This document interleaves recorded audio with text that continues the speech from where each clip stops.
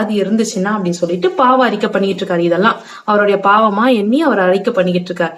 அப்போ பகைஞன் என் ஆத்துமாவை தொடர்ந்து பிடித்து என் பிராணனை தரையிலே தள்ளி மிதித்து என் மகிமையை தூழிலே தாழ்த்த கடவன்.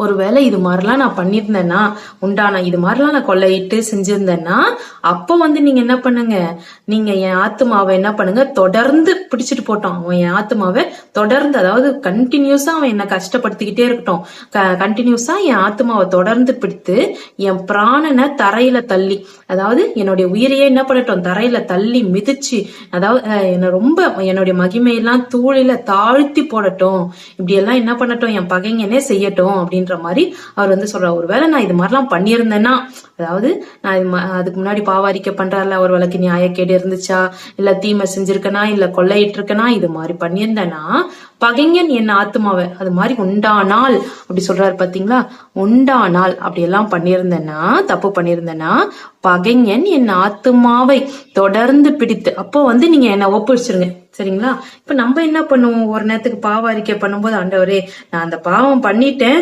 அதனால என்ன மன்னிச்சிருங்கன்னு நம்ம சொல்லுவோம். ஆனா இந்த இடத்துல சங்கீதக்காரனாகிய தாவீது எப்படி பாவ அறிக்கை பண்றாருன்னா, ஒருவேளை நான் தப்பு பண்ணியிருந்தேன்னா அவன் என் ஆத்மாவை தொடர்ந்து கண்டினியூஸா என்ன கஷ்டப்படுத்திக்கிட்டே இருக்கட்டும், என் ஆத்மாவை தொடர்ந்து பிடித்து என் பிராணனை தரையில தள்ளி மிதித்து என் மகிமையை தூளிலே தாழ்த்த கடவன். தூள் வரைக்கும் அப்படியே என்ன தாழ்த்தி போடட்டும், என் மகிமையெல்லாம் தாழ்த்தி போடட்டும், அப்படி பண்ணட்டும் அப்படி சொல்லிட்டு அவர் சொல்றாரு.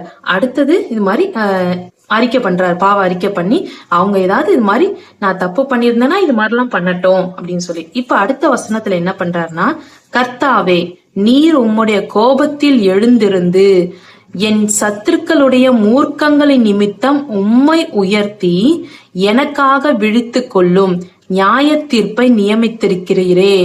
அப்போ என்ன சொல்றாருன்னா, இப்ப நீங்க கோபமா எழுந்துருங்க.